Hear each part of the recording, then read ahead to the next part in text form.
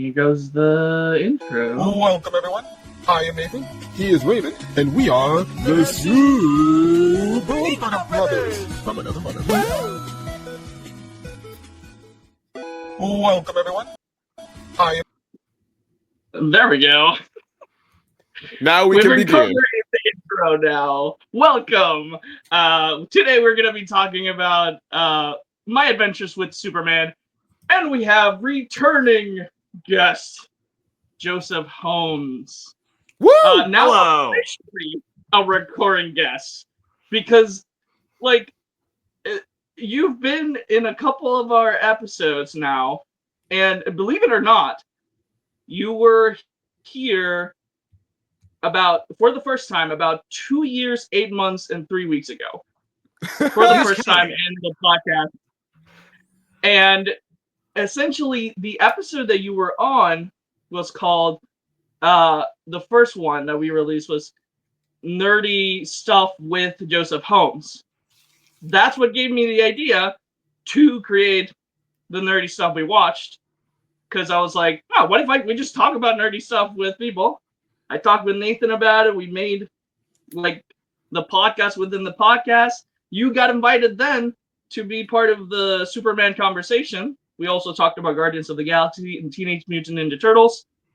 And from there, essentially a couple of months later, this podcast idea was born.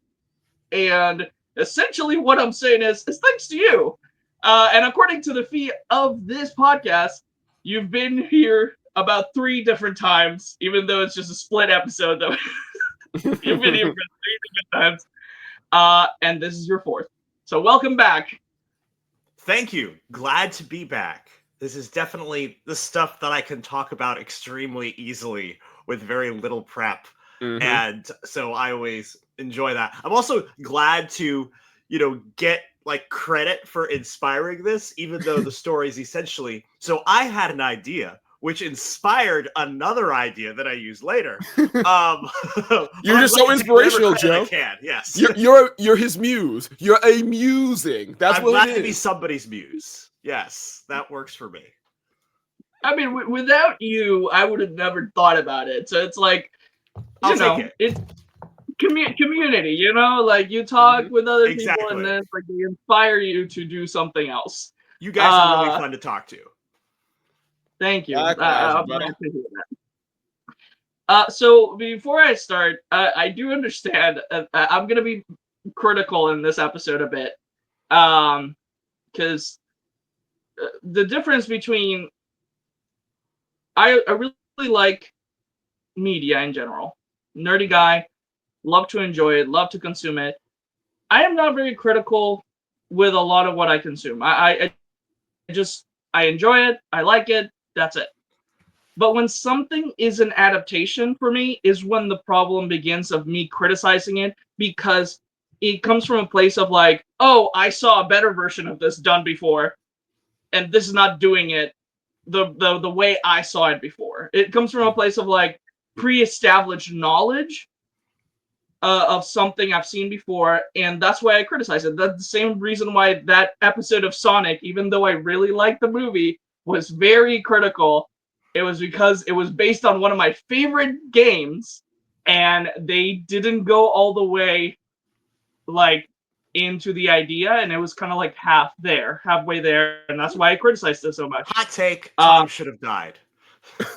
Yeah, no. I totally agree with you, and I think we talked about it in the podcast that I think Tom should have died. I legitimately think so. It would have raised the stakes. I thought he died for a bit, and then they just made him be okay again, and I was better. Oh, that literally got better. Yeah, that's not great. How do you feel someone's pulse and be like, well, he's dead, and then suddenly, oh, he's alive again? But yeah. Newsflash: I'm not a medical professional. I cannot actually check someone's pulse. I probably should have led with that. I'm sorry. Yeah, probably. But yeah, it makes sense, because at the end of the day, I think you're going to be more critical of a thing that is close to your heart. I mean, Joe and I have had this conversation about other things as well. Like when talking about MCU stuff, he's particularly critical about like how they depict Iron Man because Iron Man's a character close to his heart. And meanwhile, Ninja Turtles are close to my heart. So like I specifically critical of the latest Ninja Turtles movie, and I liked it, but I still had like critiques to say about it because that's a franchise that's very much key to like my childhood. So when it comes to Superman, I think all of us here are very connected to the character, like somehow in our childhood. Whether it's from a show that we watch, whether it's from the comics, whether it's from movies, like we are connected to this character. So if we're critical today, it's because we like it. You know, we like the character. We like, and we're excited to see him portrayed in different ways. But if you like mess up something, then I'm just gonna say it because I think it's done better before. So yeah, doing that disclaimer for people watching. Nathan, why don't you kick us off? All right. Let me just get a little hydration to get ready. All right. Hydrate or dihydrate. Amen, brother.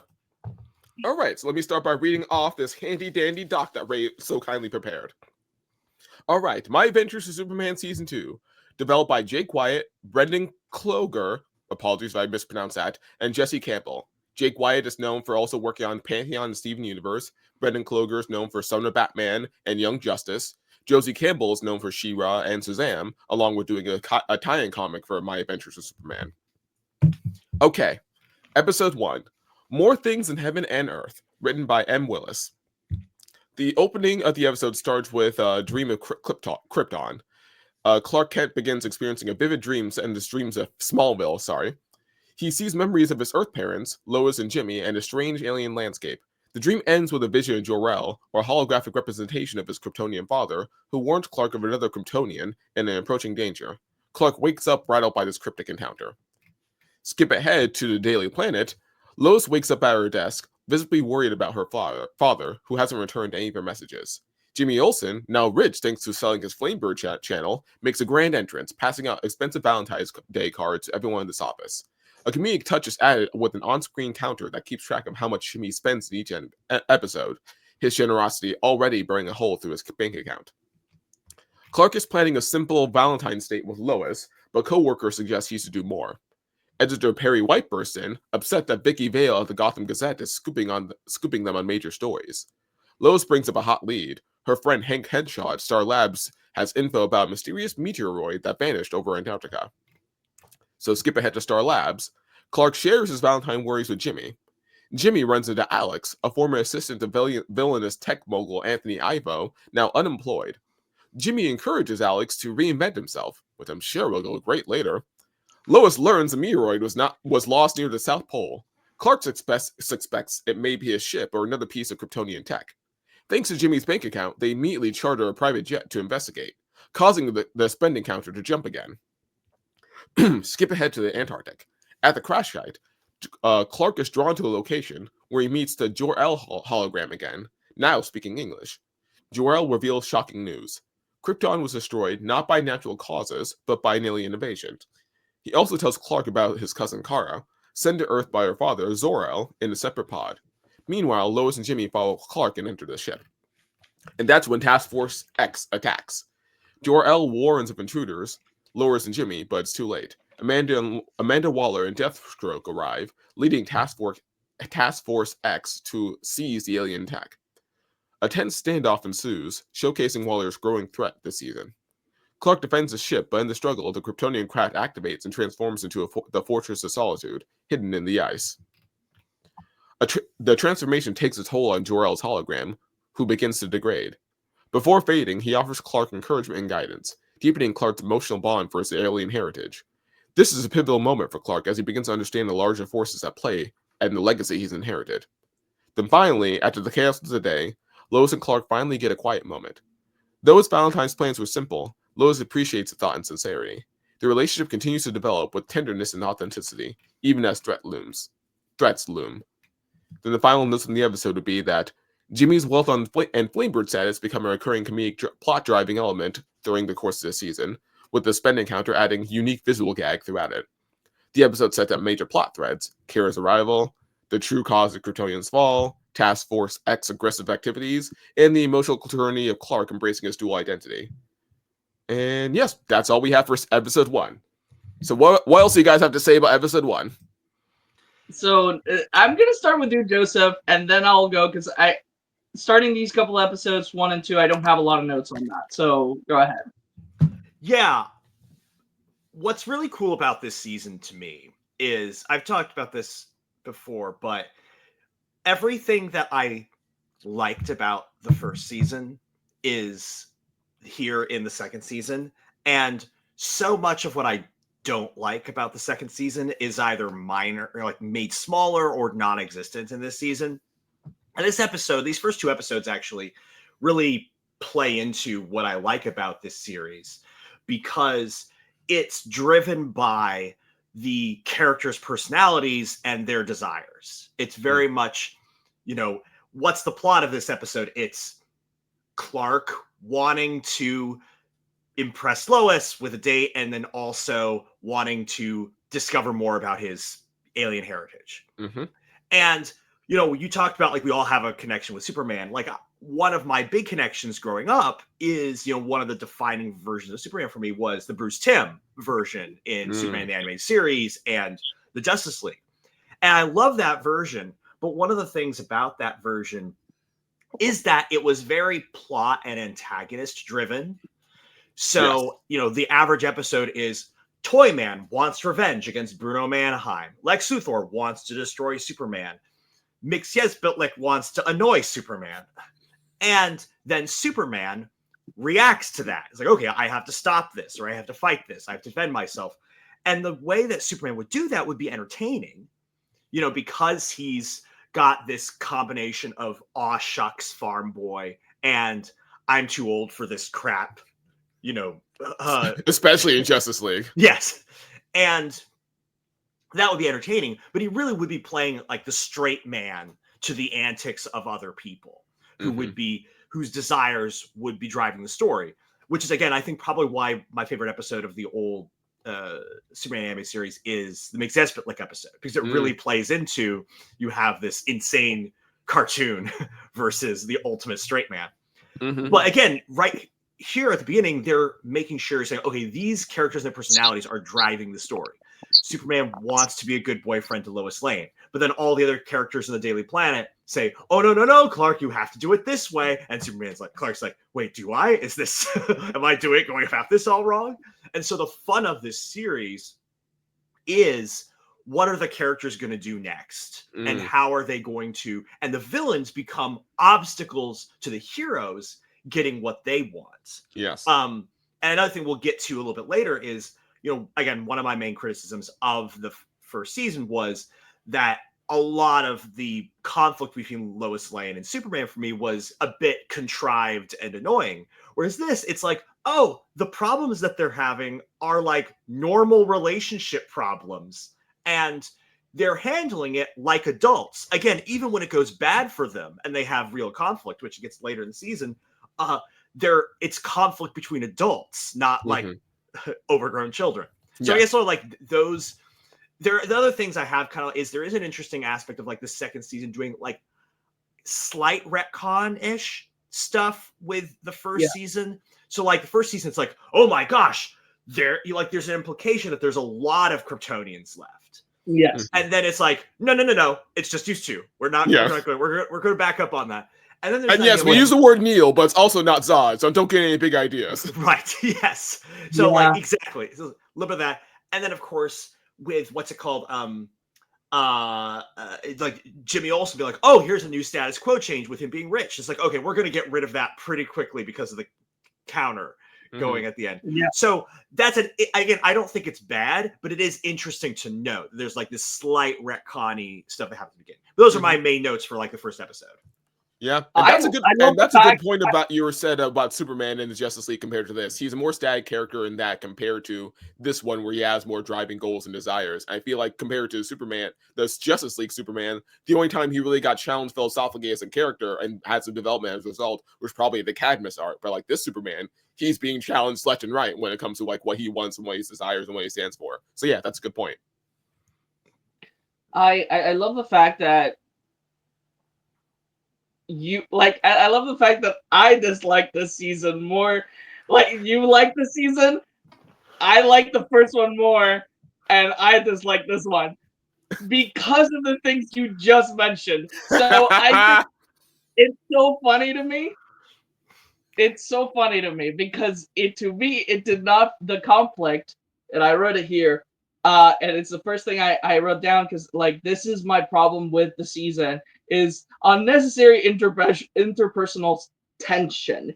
Like I I I have realized a lot that like I keep saying this to people, but I'm like I don't like conflicts in shows and movies and stuff like that. It's not that I don't like conflict because conflict is like essentially an evil alien like bursts into Earth. That's conflict, right? I think I don't like unnecessary tension between characters. I think that's what I don't like. Uh, is when there is time for a character to say what they're feeling, but they don't take it, and instead they say like, "Oh, I have to go do something else," and the thing they're gonna do, it's not justifiable enough for me to be like, "Yes, that's realistic." That's like a problem I have with this season, and I'm gonna point it out later when it comes up. But like essentially, that's my main gripe in this season because I love the art, I love the anime references. Wow, the animation is so much better than season one in fights and stuff like that. So it's like it's beautiful. But there is a fundamental thing that I'm gonna start saying with like the relationship that Clark and Lois has, in my opinion. Like I just not do not like it, don't feel connected to it, and it's really weird because Lois and Clark are one of my favorite like relationships in comics. Like I love Lois and Clark. I love Spider-Man MJ and Gwen Stacy and the other character he's in love with. But you know what I mean. It's just I like there's like a certain relationships that like happen in comic books where I'm like, this is cool. Like I like the dynamic that they have. And in this season, I felt that they were trying to make it the dynamic that they have that they've had before in comics and stuff like that. But it felt a little bit the tension felt a bit forced in my opinion. But yes, So this is fascinating. I'll look forward as we go through the episodes. I'll be fascinated to see where we disagree about how the conflict got better or worse this season. This will be fascinating to me. Okay, and speaking of which, I can go ahead and start on reading second episode 2 now. So let's go. My Adventures with My Girlfriend, written by Angela Ensminger. Amanda Waller's day start. The episode opens with Amanda Waller beginning her day, preparing breakfast, and heading to Stryker's Island, where Task Force X has established a secret base. She brings breakfast to General Sam Lee, aiming to extract information from him. Meanwhile, Clark and Lois Lane, responding to a plea from a boy named Billy about his missing father, a volunteer librarian at Stryker's, decide to investigate the prison. They plan to infiltrate the facility to uncover the truth. Upon entering at Lois and Clark arrive at Stryker's Island. While Lois suggests a stealthier approach, Superman opts for a direct method, breaking directly into the facility. Inside, they discover a concealed elevator shaft leading to a secret base beneath the prison. Lois, trusting Superman, jumps into the shaft and he catches her before they reach the bottom. They observe Deathstroke patrolling the area, confirming Task Force X's presence. In the computer room, they find General Lane is held there, along with a Kryptonian communication beacon. Superman reveals his intention to use the beacon to contact his cousin Kara. Lois expresses concern about inviting more Kryptonians to Earth, given past invasions. Waller interrogates General Lane, seeking information about his safe houses. Sam resists, aware of her manipulative tactics. Lois, disguised in a hazmat suit, enters Sam's cell and reveals herself. She brings Superman to assist in the rescue. Sam is displeased, feeling the situation is under control and criticizing Lois for involving Superman. As they navigate the facility, they find Billy's father and other inmates who are minor offenders. It's revealed that Waller has been experimenting on these prisoners with Kryptonian technology, turning them into weapons. Waller orders Ancient Martin, now transformed into the villainous Atomic Skull, to attack. Superman engages in a fierce battle with them. Lois and Sam lead the prisoners to safety. As they reach the surface, Waller and her guards confront them. Waller admits to orchestrating the events to undermine Sam and take control of Task Force X. Wow, I can't say that. Meanwhile, Jimmy Olsen, dealing with his new Flamebird team, decides to assist. Unable to find a ferry, he used this as well to rent a yacht, arriving just in time to help evacuate everyone on the island. General Lane, feeling compromised, considers going into hiding. Lois suggests he stay with Clark and Jimmy, believing it's the safest option. Sam agrees, setting the stage for future dynamics. Back at Stryker's, Waller is attacked by Parasite but is saved by Alex, who reveals he designed the Parasite suit. He introduces himself as Lex Luthor and proposes an alliance with Waller, aiming to become her lead scientist. All right, that's episode 2. By the way, just for the audience, if I was reading, it would be horrific. I am not good at reading. I will mess up multiple times, so don't you dare say anything about Nathan because he's doing a great job. I'll say things about myself. Trust me, I'm saying it in my head the whole time. Okay, so this is where it starts. I start getting angry at Lois. I know that this has happened before. I know that it's a character trait that she has, that she likes to jump off things. But like, if I just don't like that Clark is not into it. Like, if he was more like flirty about it, where it's like, sure, allowing her to do it. But to me, it seems here that he is like, he accepts it, but he's like a bit upset about it. So like, to me, it's kind of feels, I don't know, it feels weird. It feels like it's not what's the word? It's consensual. Like, it's not consensual, the fact that she jumps off of things. Non-consensual danger baiting. Put that in a shirt.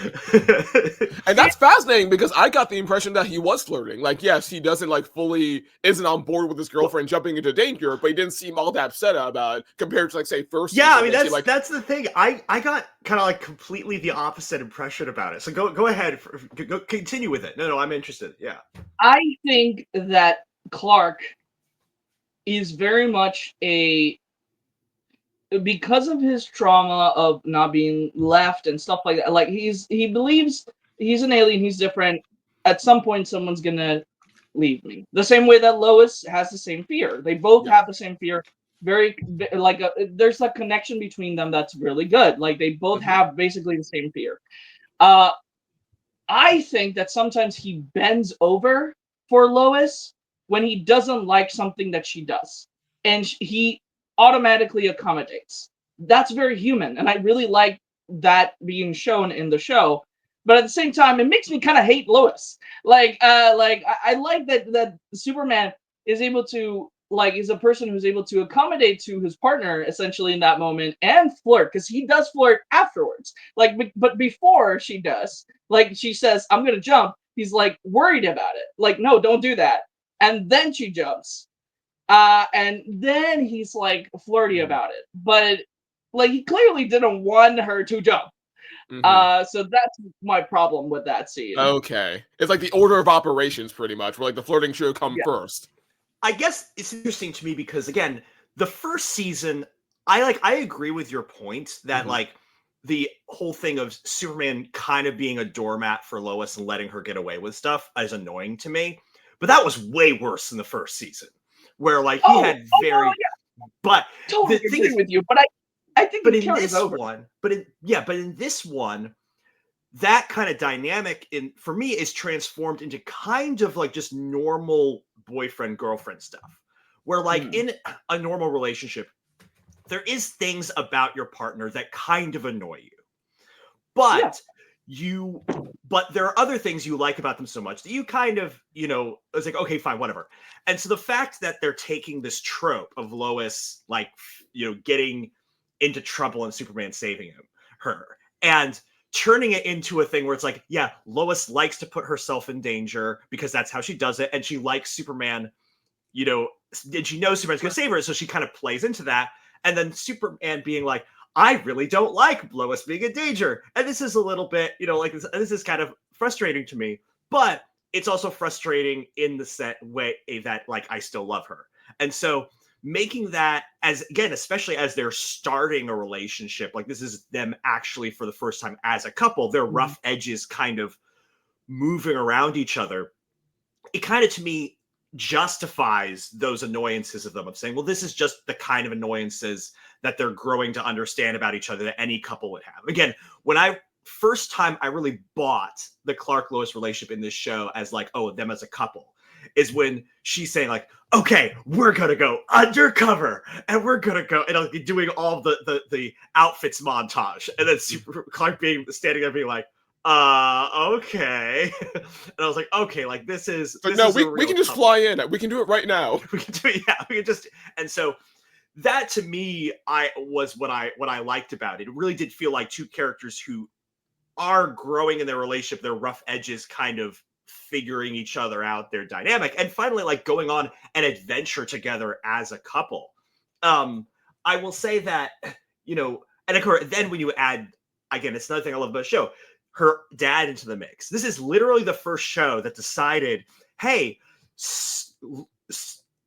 Superman's girlfriend's dad doesn't like Superman, and kind of is like a military guy that kind of looks down on Clark. Let's play with that and do the father-in-law relationship with honestly the parents on this show are so funny. I kind of wish they got more screen time, like between General Lane and like Clark's parents, and even Jor-El, the holographic Jor-El, just like was so sassy and had so much personality in episode 1 that I'm so sad they got rid of him so soon. Like the parents are all so like funny and charismatic. I'm like, I just kind of want to see them more in the show. And like I know this show is all about like Superman and Lois and like all these kids like post-college learning to become their own adults, so they had no reason to keep running to their parents. But like at the same time, they make their parents so funny and enjoyable that I'm like, I wish they were on more. But like the idea of Sam Lane becoming Clark's roommate, I was just like, oh, that's perfect. Like, that's really good.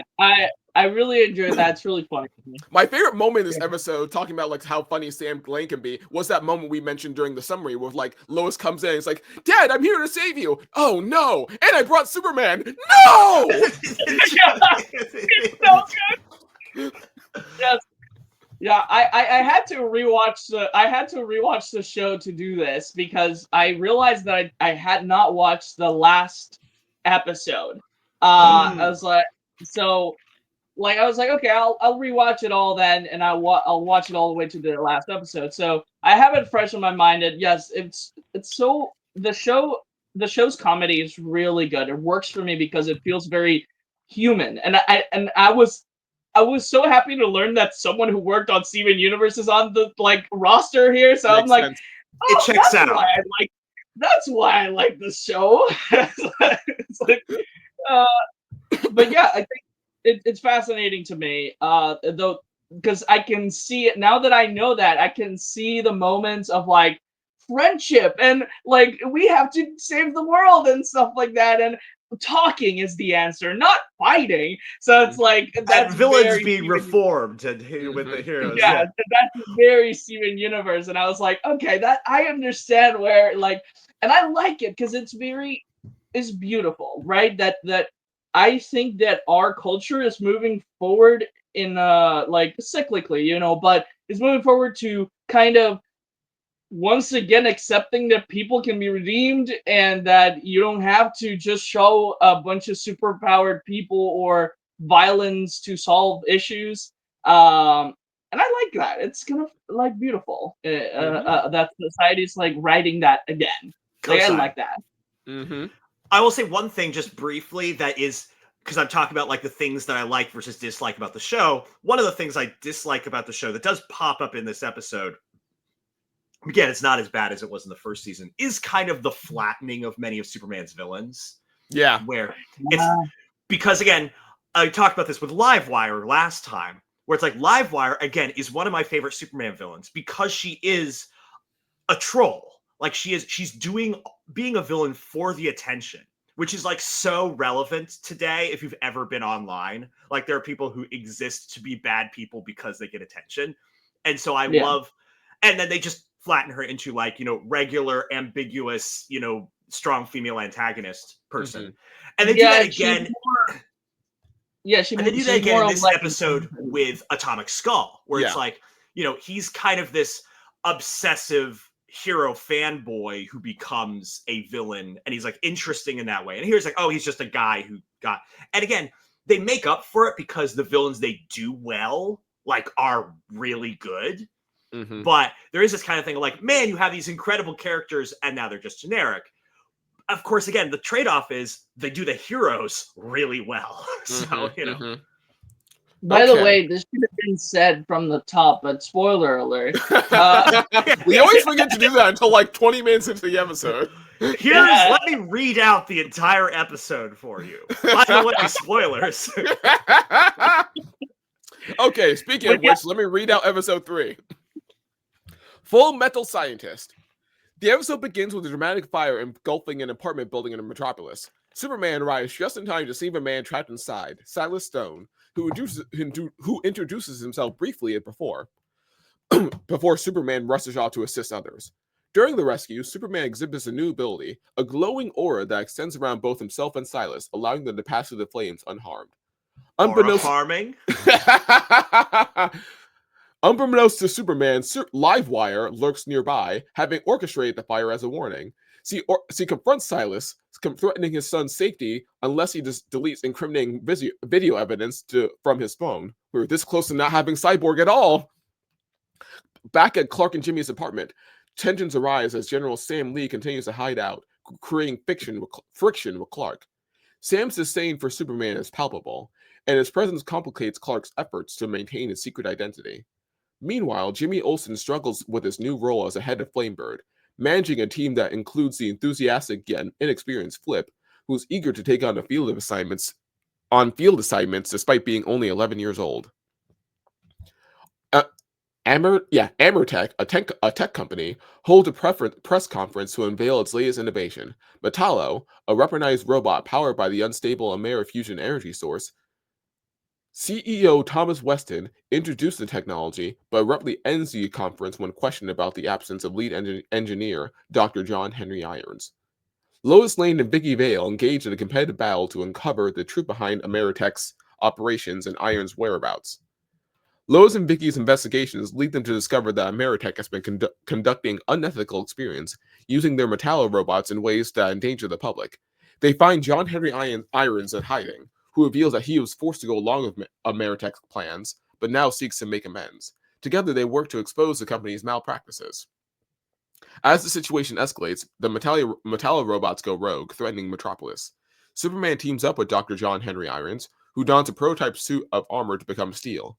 Together, they confront the robotic menace, showcasing a blend of strength and ingenuity. Despite their efforts, an explosion occurs, causing significant damage and allowing Ameritech's assets to fall into the hands of Lex Luthor, who acquires the company and its projects. Jimmy continues to fund the team's activities with its Flamebird fortune, with the show's recurring on-screen spending counter humorously tracking his expenditures. He faces challenges in leading his young team, particularly with Flip's adventurous spirit. Through these experiences, Jimmy begins to understand the responsibilities of leadership and the importance of guiding his team effectively. Clark attempts to share information about his Kryptonian cousin Kara with Lois, but their busy schedules and ongoing investigations hinder meaningful conversations. This lack of communication adds tension to the relationship, highlighting the challenges of balancing personal connections with superhero duties. In the aftermath, Lex Luthor's acquisition of Ameritech positions him as a formidable adversary. His collaboration with Amanda Waller and access to advanced technology, including the Metallo robots, suggests a growing threat to Superman and his allies. All right, there we go. So I don't like that children are working at the Daily Bugle. That's weird, really weird. I don't understand it. I like the child labor laws do not exist in Metropolis apparently. Like Also, with everything else that happens in Metropolis, I think that's kind of least of their words, but you still have a point. I guess, but it's children, and the lesson at the end is that Jimmy's like, yes, kids should get in danger and do the thing, like because he's like worried because she's a child, not because he's like it's part of her team and he needs to like learn how to be a boss. No, she's a child. She should not be in dangerous situations. Like, and the lesson is, oh man, I have to let the kid go because I need to be a good boss, and a good boss means, yes, kid, go and follow your dreams even if they're dangerous. That's fair. That's very fair. I have no pushback to that criticism. And I still don't understand. Correct me if I'm wrong, Joseph. Like, I don't know, like, but the Gotham Gazette is from Gotham. She's and the Vicky Vale is the #1 reporter in the Gotham Gazette. Why is she here? Because if she's the #1 reporter of the Gotham Gazette, then she needs to be in Gotham, not in Metropolis. Like, if we were talking about this, then someone else that reports, like, does the reports on Metropolis should be in Metropolis. Like, oh, like Vicky Vale sends, I don't know, Jimothy or something to get the reports on Metropolis. But it's ridiculous to have the first, like the #1 person from a different city, which I know that Gotham and Metropolis are like sister cities, and they're like right next to each other, strangely, because they have like completely different weathers. Like very much. I get the impression that actually might be farther than you think, because I know there's that mention at the end of the episode where Superman's like, "Oh yeah, if you move to Gotham, Lois, I can like fly there in 5 minutes." And like, this is Superman we're talking about. He flies really fast, and like if it takes him 5 minutes to get to Gotham, I feel like it's even farther away than we might think. But that's just me being pedantic. No, I know. Like, they are sister cities in the fact that I would consider them, like, because they're supposed to be like both representations of New York, if I'm not mistaken. So it's like essentially going Gotham from is one like a hybrid of New York and Chicago, and Metropolis is kind of like a hybrid of New York and whatever is near Kansas. I don't know. Yeah, exactly. So here's the thing. As my understanding of this is that, like you said, these are New York kind of anagrams, and you have, Daily Planet is like New York Times, and Gotham Gazette are like New York Times. And those places are, yes, they're local papers, but they're also global papers. And my understanding is that, Vicky Vale is supposed to be, again, she's the top reporter, which means, yes, they rely upon her, but also she's such a star, she kind of can throw her weight around and do what she wants. Which is, then she's like, well, I'm interested in this thing in Metropolis, and I'm kind of bored with things that are going on in Gotham, so I'm going to go do this thing. And that's kind of her personality anyway. I mean, again, I don't know. I don't like, know. In other interpretations of Lois Lane, she travels the world in order to find her stories. I think it's a kind of a similar implication. Like, I don't know that in our world, again, like in the failing news business in the real world, like star reporters have that much power, unless you're like Ezra Klein, or something like that. But like, but in this world, like, you can have like reporters that are basically celebrities, like in the mystery genre, like detectives are somehow celebrities. So I kind of buy that. I will say this. I will actually say this, kind of thinking about, I still don't agree with it, but I kind of understand your critique about the Lois and Clark relationship thing here, because if I'm understanding correctly, prior to this, like the annoying conflict in the other one was a plot point, and you could kind of say, okay, they've moved beyond that plot point, and we're not going to do that anymore. What they do in this second season is they turn that into a consistent character trait of their dynamic. So it's no longer a plot point. It's now a consistent part of their dynamic. The fact that they don't always communicate very well with each other. They kind of have, and so is that kind of what you're going for in your critique of this season? No, I think it is very much a plot point, because this needs to happen. This communication mishap needs to keep happening, so that in that episode where, like, so that Clark calls the cousin, so that in that episode where that's coming up, they break up. So it needs to happen, and this is where I was like, that doesn't make any sense, this episode, because Clark had time to, by the way, before we continue, I love the title. It's like a reference to Full Metal Alchemist anime reference. Well, not there. Anyways, Clark had time to tell Lois about Kara. In this episode, he had enough time, but he was like, talk to you later, I'm gonna write a story. And I'm like, you have super speed.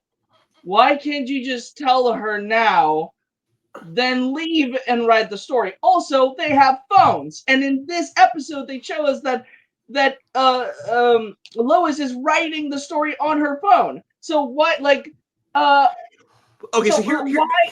Here I'm going to push back a little bit because to me it doesn't feel convoluted, and part of it is because again I just know so many people where this like is the conflict in their relationship, where it's like we both are, you know, working full time, we're both have a bunch of different responsibilities, and we both have underlying insecurities in our relationship.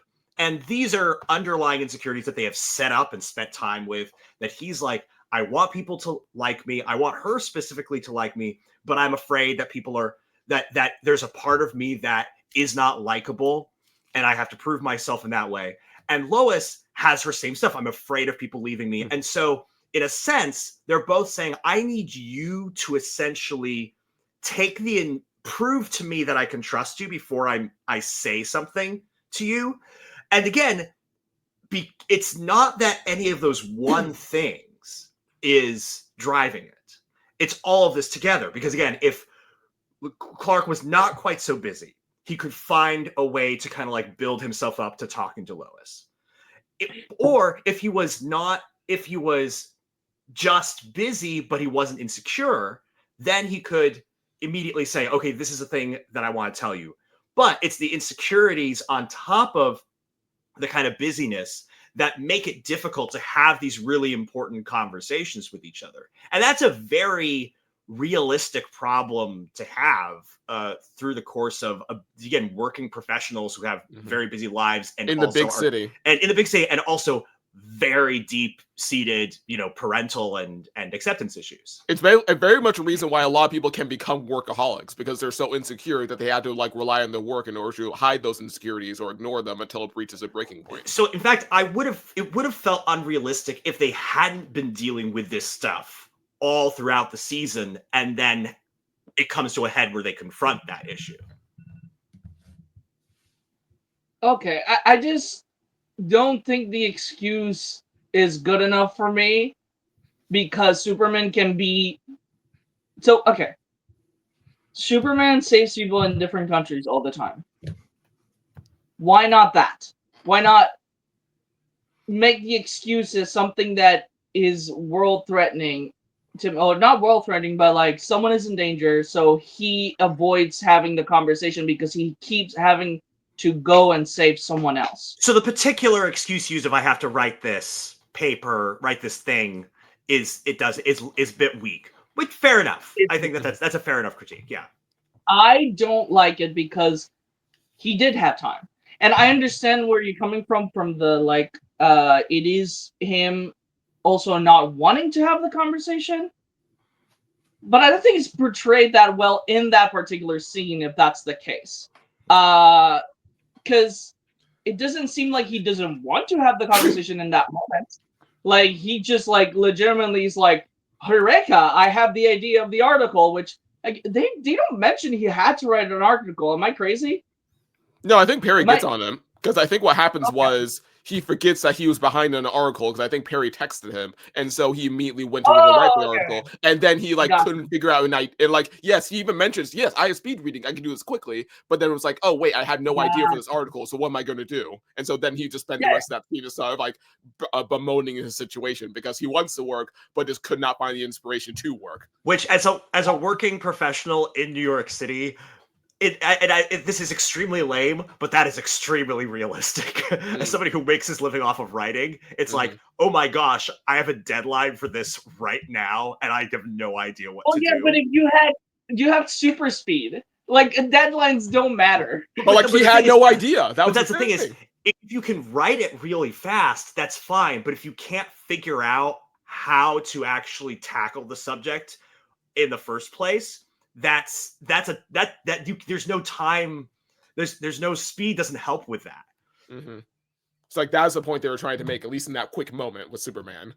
But yeah, I will grant you that I will also grant you in particulars, like this story can not always work, and that's why I'm saying, like, this is still like one of the flaws in the series. I just think it's less egregious than in the previous season. Again, we have another thing, like a sort of a flaw in the series that shows up here, which is and you alluded to this before, Nathan, when we had conversations about this when the show first came out.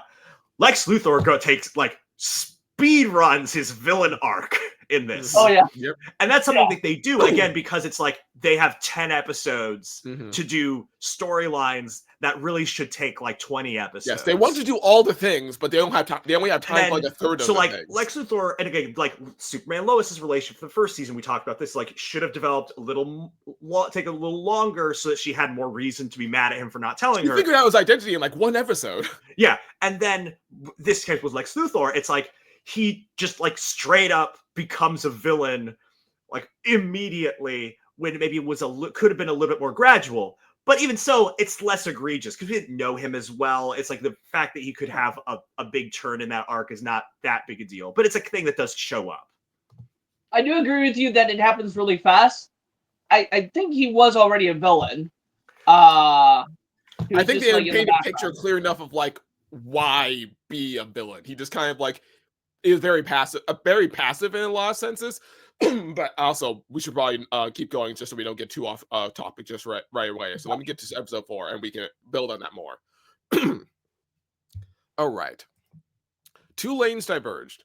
General Sam Lane, still hiding out in Clark and Jimmy's apartment, grows increasingly paranoid, believing Amanda Waller is closing in on him. His fears intensify when he receives a cryptic text message saying, "They're onto you." Meanwhile, Jimmy receives an invitation to speak at the 23rd Star Lab Symposium as an expert on aliens, due to his association with Superman through Flamebird. He invites Clark to accompany him, not because of Clark's alien heritage, but because he's his best friend. Lois arrives at the apartment to check on her father, but finds it empty. Spotting Sam sneaking away, she follows him, leading to a series of flashbacks from her childhood. These memories reveal how Sam trained her in survival tactics, often prioritizing her preparedness over emotional support, especially after her mother's death. Back in the present, Lois confronts Sam in a secret bunker filled with weapons. Their confrontation is interrupted when they are attacked by Damage, forcing them to flee in the sewers. At the Star Lab Symposium, Jimmy is surprised to learn that he's been invited to participate in a debate titled The Superman Problem, opposing Lex Luthor. Lex Luthor argues that Superman's presence poses a threat to humanity, while Jimmy defends his friend, emphasizing Superman's altruistic actions. Despite Jimmy's heartfelt defense, Lex manipulates the narrative, sowing seeds of doubt among the audience. Lois and Sam seek assistance from Winslow's Shot, an old contact at Sam's. However, Shot betrays them, leading them into a trap set by Task Force X operatives, including Deathstroke and Atomic Skull. A fierce battle ensues, culminating at the symposium venue. Superman intervenes to protect Lois and Sam, showcasing his strength and resolve. The chaos further fuels public apprehension about Superman, playing into Lex's agenda. In the aftermath, Clark overhears a conversation between Lois and Sam, misinterpreting Lois's words as a critique of him being strange. This deepens Clark's feelings of isolation and alienation. Simultaneously, Lex and Amanda Waller consolidate their alliance, gaining support from Star Labs and the Pentagon to counter the perceived Kryptonian threat. Unbeknownst to them, a mysterious Kryptonian warrior approaches Earth, setting the stage for future confrontations. There we go. Superman has super hearing. I don't understand that. It's dumb. Like it could have been done differently. It could have been done differently. Like I understand what they're trying to do. I just don't agree with the way they're like writing these scenes. I just like they make sense, but like the way they're doing it, it doesn't work for me. Like Superman has superhero, like everything is solved for me with Superman's superpowers. Like, and if that's the question I have in my mind, it shouldn't be like, I don't know, explored a little bit more. Explain to me, because it's like it seems like, if I remember correctly, he does hear the conversation. He just misinterprets the conversation. No, because she clarifies at the end. He just leaves too fast. Sure, and that's but that's an emotional problem. Like because his insecurities are causing him to close off, which is kind of the point of that this episode is that her trauma is causing her to behave badly, and his trauma is causing him to behave in problematic ways. Now, again, I agree with you. This is sort of the, I would say, negative influence of some of the people who worked on Steven Universe and who worked on, She-Ra. is that Steven Universe was very much a show that was like, let's talk about convoluted issues, but like talk about it in a way that, I mean, not convoluted, complicated, deep and adult issues, but talk about it almost like in a way we're talking to children, which was its magic. But they're kind of bringing some of that to the Superman show, where it's a show where it's like, let's talk about these complicated issues, but kind of as if we're talking to children. So we kind of simplify it in its most basic form. So some of the kind of stuff that they do where it's like, okay, I'm going to hear this conversation, but only this part of it and move on. And it is like, it's a bit loud, and a bit broad, let's say. But I'm going to give idea it to you is still there and I think works. I'm going to give it to you with She-Ra because I think She-Ra does that a lot, but Steven Universe to me has better ways has better writing when it comes to like making me like, okay, that's a realistic way of a character's doing that and whatever. I think it also helps that Steven isn't as like overwhelmingly powerful as Superman, and they also make it clear that. And I think what the thing that's happening here is that they're treating Superman like Steven in the sense that his powers are tied to his emotions, and it makes a lot of sense for Steven because they're working from his powers from the bottom up. And like even Steven for a while didn't always have control over his powers because he didn't always have control over his emotions, and so it was he was a coming of age story about him learning about his emotions and learning about his powers at the same time. And they're trying to do the same thing with Superman. The thing is, Superman's powers are way more vast and complex. And at the same time, they kind of give me the implication that like he doesn't have full control over his powers because he doesn't have full control over his emotions. And it's like, sure, if you want to do that, go ahead. But I feel like you could like either make that a bit more clear or maybe try to make that as strong, because I feel like I think that's their way of trying to nerf Superman. Like say in other stories, Superman just gets beat up a lot. That's the way of nerfing him, but then he just gets back up, and that's fine. But like in this way, they try and nerf his powers by like stunting his emotional growth and making his powers tied to his emotional growth. And that's fair. That's a fair critique. I think I sort of assumed that that's what they were doing, and that's why you make Superman a coming of age story in the first place, so you can do that. But that's fair. I think that's fair. You know what would have worked in this scene for me to like understand what was going on better is if he hears that. And instead of him running away, his super hearing starts like picking up everything at the same time. And he can't focus on the conversation because, again, like you said, Nathan, his powers in this show are very much based on his emotions. Like, it's very much clear because in this, I think in the last episode, he was able to like display a new power, which was protecting people by like literally willing it. So like he makes like a shield that protects him and other people. So yes, which doesn't come up again for the rest of the season. I think I don't think he uses that power again this season. No, he does. He does. He keeps using it. Yeah. Like I know he uses the ice beam thing, but I don't remember the forceful thing again after that episode. I think.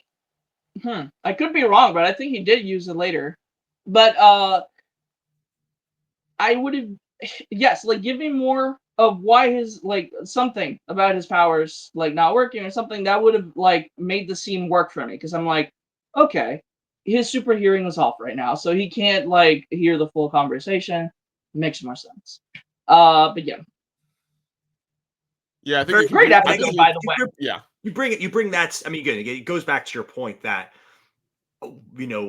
Superman is a character with 70 years of history and establishing kind of how it works and having kind of. And so when you kind of are doing a tweaked interpretation, that it's complicated to make that work. It's much easier with like a new character you're making, like with Steven, with like new powers, like different ways of doing it and like different ways of expressing his powers. And so it's less of we never had to worry about Steven like being able to hear everything all at once, because that's just not how his powers work. So you never have to worry about like writing around that. Whereas with Superman, you can do the same logic of like giving him emotional powers, but his powers just so much more vast that you still need to find a way to make it work within the context of what you're writing, and you can't treat him exactly like Steven, basically, is what I'm saying. This season would have been better if this was Spider-Man 2. You know what I mean? Like when he goes to the whole emotional block and then loses his powers. Is that what you mean? Yeah, like Clark is having problems with his powers and stuff like that. Yeah, I think it would have been better, like at least in the first half of the season, because this first half is like very focused on this like emotional stuff and like trying to build the relationship between Clark and Lois. Pretty good. And by the way, Lois flashbacks, incredible. Love them. Again, building up the character very well. Agreed. I like Yes.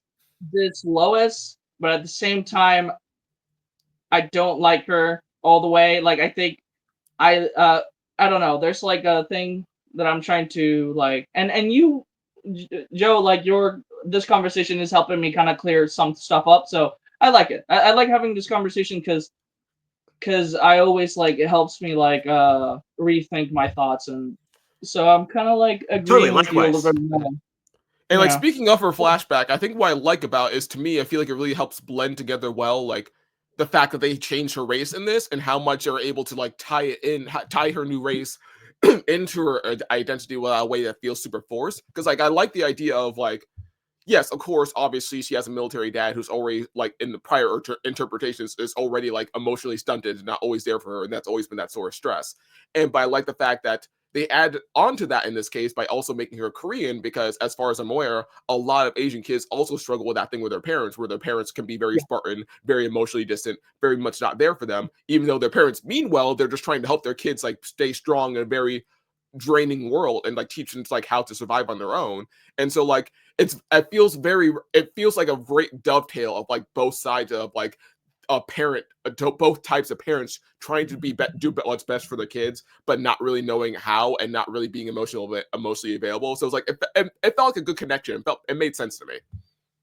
I almost cried with Sam and Lois scene, because that scene was pretty beautiful of him like realizing that maybe like something that he wanted to do for her to help her like affected her, and now she's like she has these issues because of him, and like you see it like very well in the animation and in the voice acting. It was perfect. Like I was like, wow, that felt so human, and like this is something that happens, and it's like love it. It was great.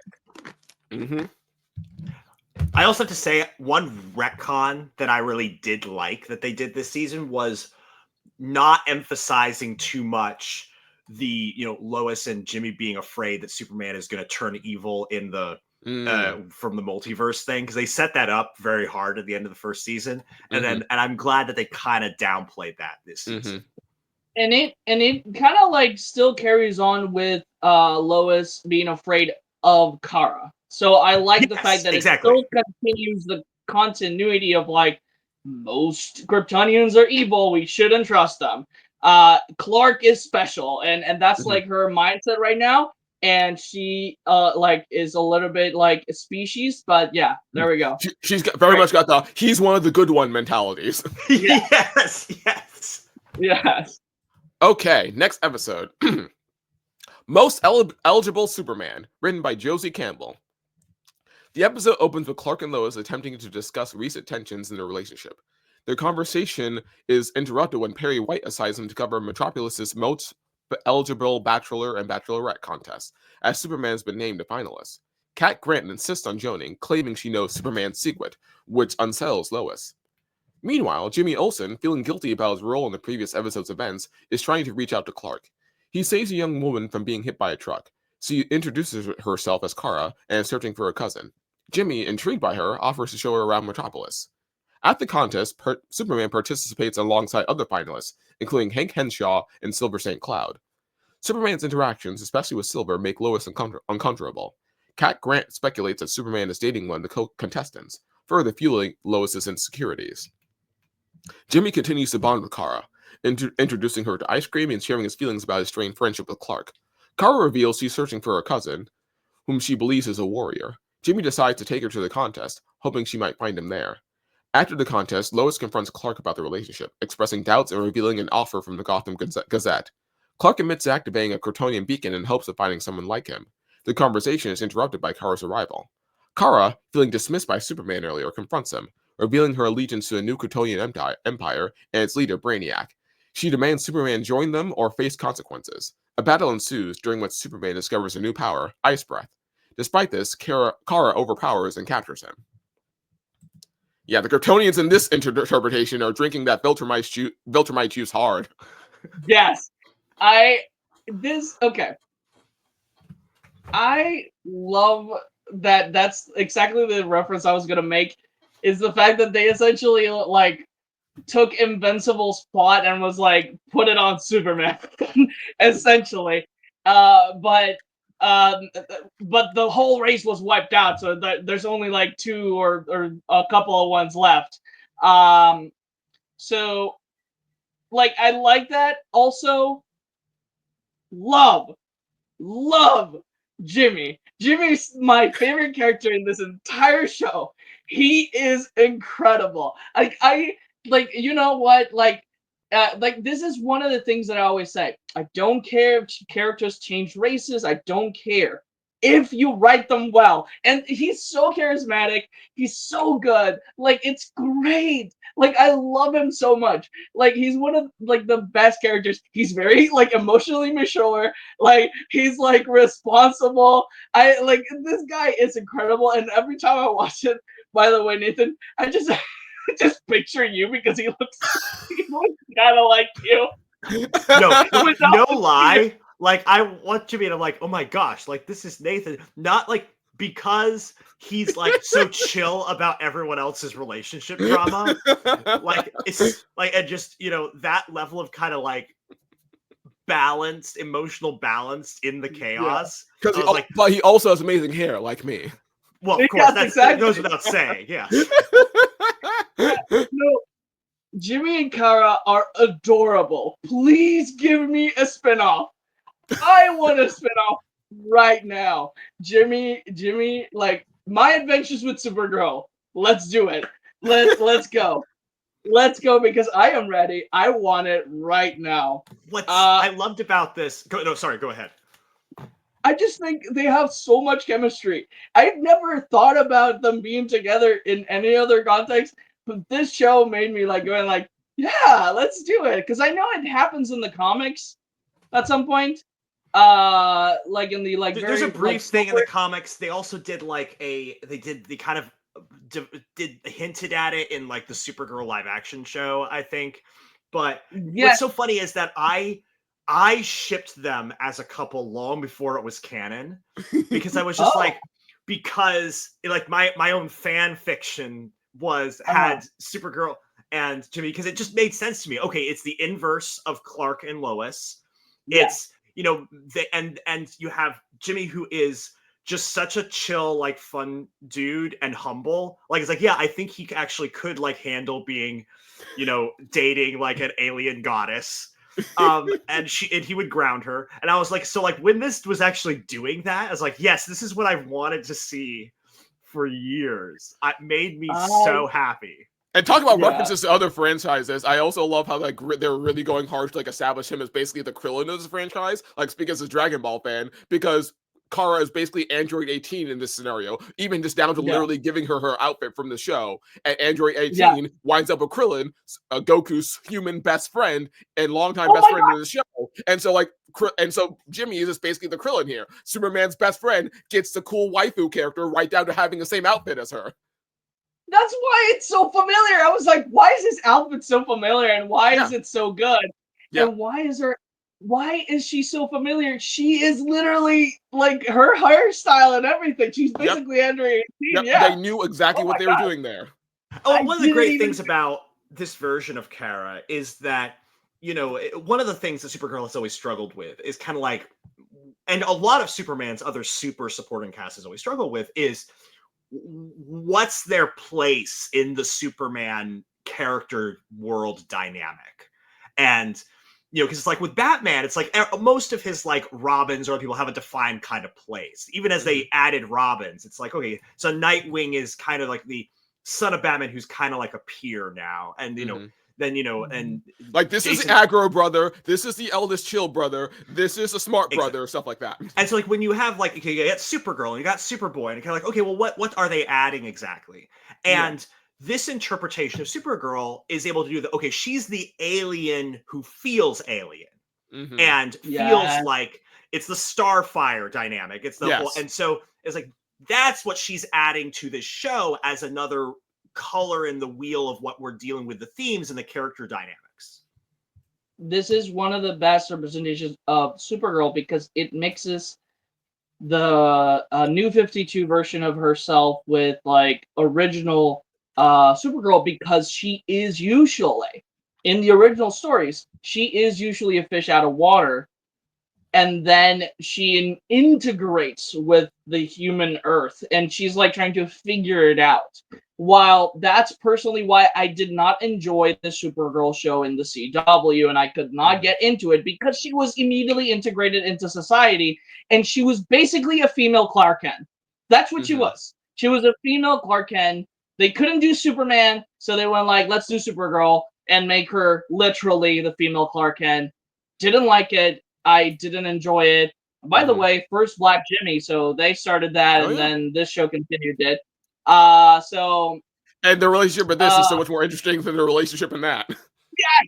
Oh, yes, because they changed Jimmy's character in that show, and that's why I was so mad about it. I wasn't mad because he was black. I was mad because like that's not Jimmy.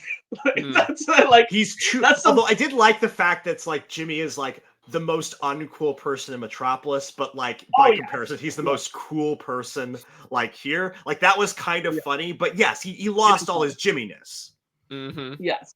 It was funny. I was like, okay, I see what you're doing here. Like, it is really funny, but I didn't like it because it's like it changed his character completely. So yeah, no, I prefer this Kara a lot, and I like her. And this is kind of like the same vibe I got from her from the Injustice games as well, which do very well with that. Like again, very good Kara is when she's an alien comes to Earth and it's finding out about Earth. Fish out of Really water. good. That's the perfect way to describe the best version of Kara. And meanwhile, this is the episode where you have the big falling out between Lois and Clark. And like we said, this is a build up to their both trying to learn to get over their own loneliness. And this is a low point for both of them because they both couldn't stand the idea of not being accepted by the other. And this is interesting.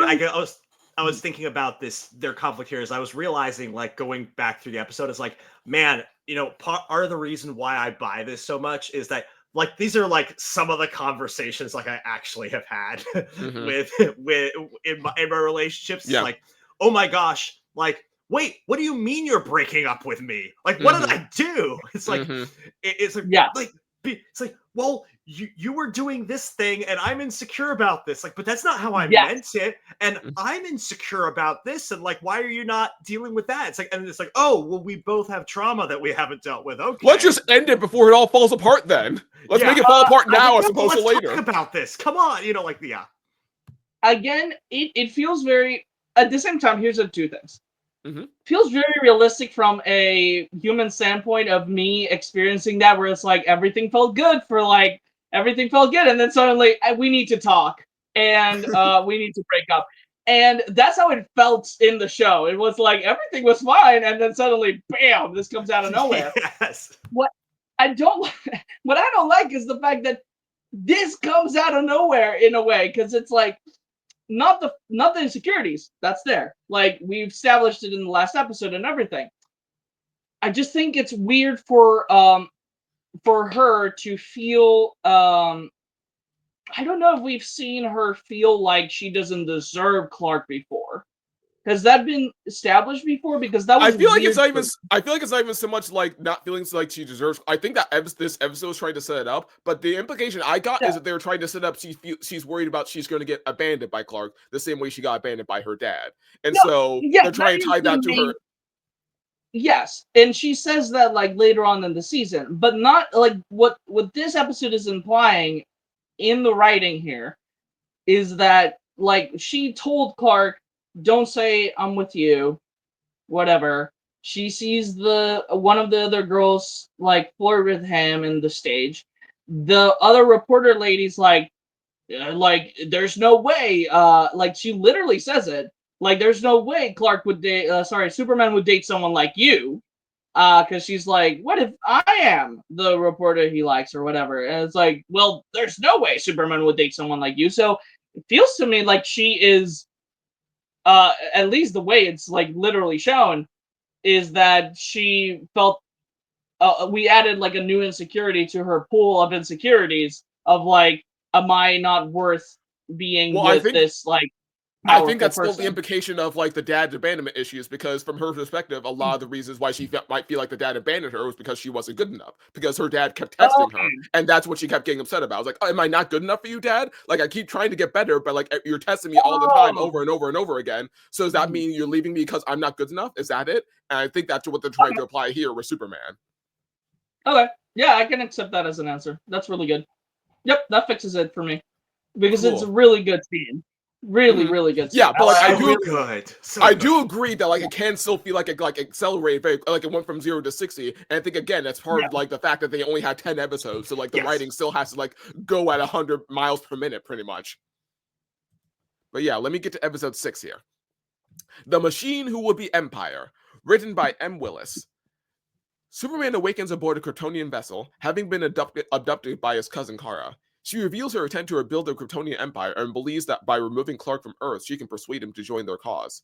To illustrate her vision, Kara uses a thought projector to share memories of Krypton's golden age, showcasing its advanced civilization and cultural achievements.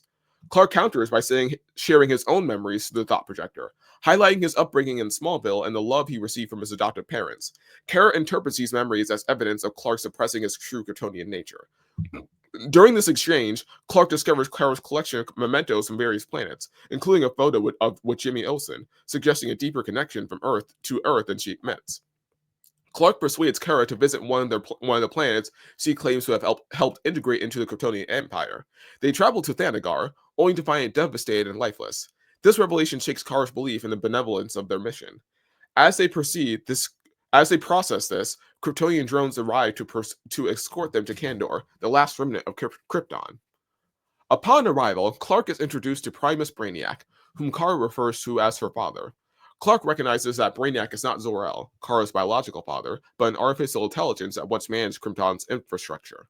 Brainiac reveals his plan to use Clark's body as a vessel to further the Kryptonian Empire's expansion, viewing him as a powerful tool rather than an individual. Kara begins to question Brainiac's intentions, especially after witnessing the destruction of Thanagar. However, Brainiac manipulates her, inducing a state of compliance and erasing her doubts. Clark, meanwhile, is subjected to a series of combat trials against holographic representations of fallen warriors from various civilizations, further emphasizing Brainiac's disregard for life. In the episode's ending, Clark resists Brainiac's attempts to control him, tapping into a new level of power characterized by a blue electrical aura. Despite his efforts, he is ultimately subdued. Kara, witnessing Clark's struggle and the extent of Brainiac's manipulation, begins to regain her autonomy. The episode concludes with Kara alone in space, reflecting on the consequences of her actions and the lies she has been told.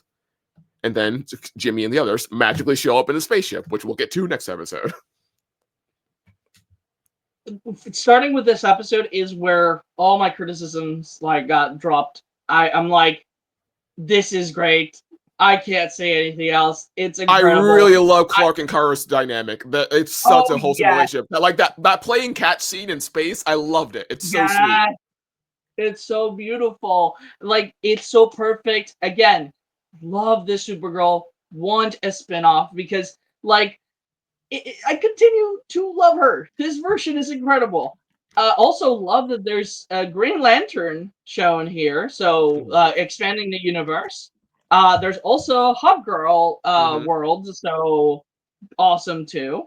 Again, the show wants to do all the things, just throwing out all the references, and it just doesn't have the big enough bite to like chew off all of it, but like it wants to include as much as it can. But this one it works because it's like, okay, well, you had to have some random aliens here, so you might as well have it be people we recognize. Yes, exactly. I like it because it's like, again, it's what James Gunn is trying to do in the new DC universe, is just they exist and they can exist and that's it. They don't need to be part of the story, but they exist and that's good enough. And it is, because that's how comic books works. Like you're not like, well, where was Spider-Man in this scene? Like, no, because you're focusing on these characters doing other stuff. Exactly. He's doing other stuff. If you want to know, read his comic book. So I like when a world feels lived in. I don't like when we try to reverse back into being like, well, this is the only superpowered person that exists in the universe. Like, I don't like that. Like, I like when it's like lived in, when there's other superheroes. I prefer that over anything else. That's why I really liked Invincible as well. It's really good. Like just superheroes everywhere. Anyways. I also that's agree. really I good. want to just co-sign with you guys. Again, this is one of the things I like about the show. Again, I grew up with the Bruce Timm Superman. I love that stupid Superman. But it's like when you have Superman and Supergirl there. It's like, okay, these are just like two super people, but gender swapped, and one is younger. And this, it's like, oh my gosh, I love their personalities. I'm so excited to see them together because Kara is going to be like, is going to be one way and be like stoic and like, I don't care. And, this Earth stuff is weird. And Superman's be like, but let's play catch. And, oh, do you like Jimmy? And you're like, want to see them together and bounce off of It's each other. almost like if you made Goku and Vegeta siblings. That's basically essentially what it is. Like you got the straight man, but like he's like warm-hearted, kind, loves people. Then you got the more reserved, stoic, introvert type character that's very like aggressive, very straightforward, very direct, doesn't know how to deal with people. I'll also say, like you said, as you said, what you said about this, this is more getting into like the straight up villain third act part of the story. And what they do here, essentially, I think it's funny because it's pretty much just a very slightly tweaked, straight up adaptation of the Bruce Timm Brainiac. They like really didn't do much to alter him, which I like because that's my favorite version of Brainiac.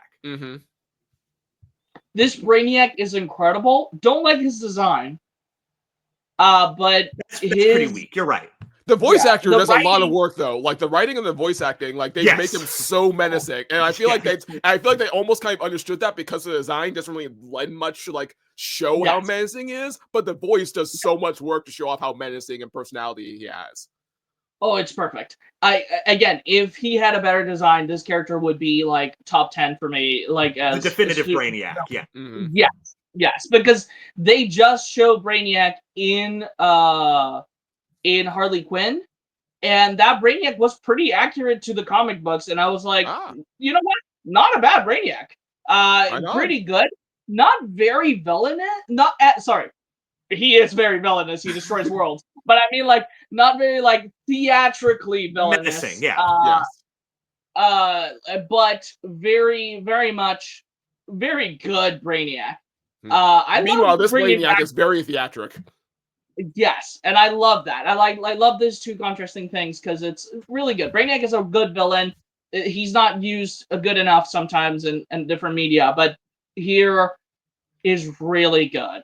Come on, James Gunn, give us our first, Brainiac in the movies. Oh, I am so excited about that. Like, I really hope that he brings it on and actually does like a really good Brainiac. Because the one, I believe there was one in the Suicide Squad game. I didn't like that Brainiac that much. Like I it's cool. I just didn't like it. It's pretty basic. Seems pretty basic to me. Yeah.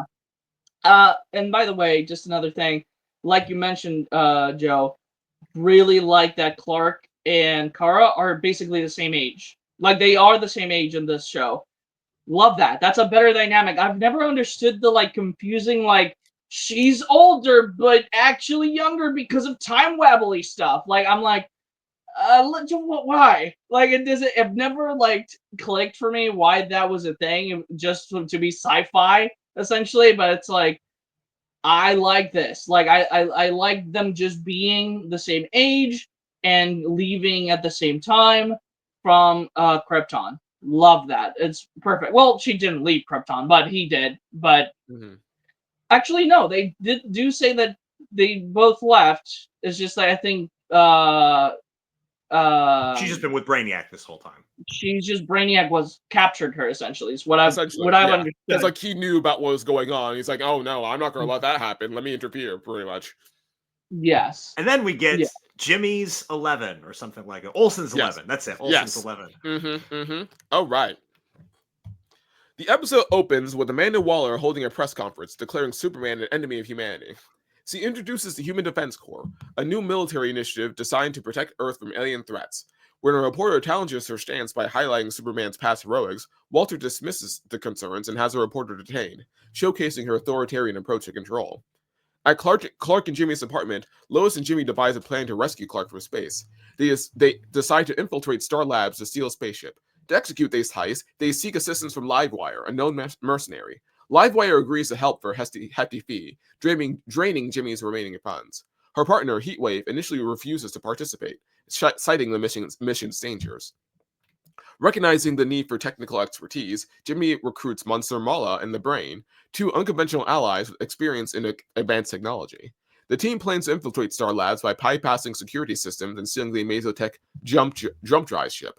Lois brings a piece of kryptonite, anticipating a potential confrontation with Kara. The team successfully infiltrates Star Labs, but their presence triggers security alerts. Amanda Waller and Agent Wilson are on site, overseeing Lex Luthor's progress on Project M.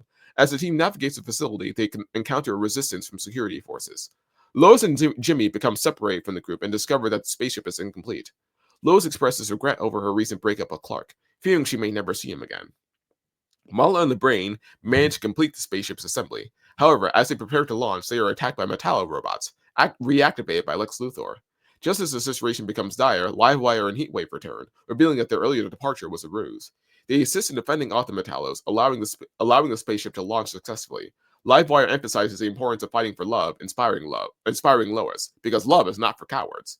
In the aftermath, Waller reviews the Metallo engagement as a success, impressed by their performance against the superpower beings. She grants Lex Luthor additional resources to continue his work. Meanwhile, aboard the spaceship, Jimmy shares with Lois his recent interactions with Kara, including introducing her to ice cream and watching a sunset together.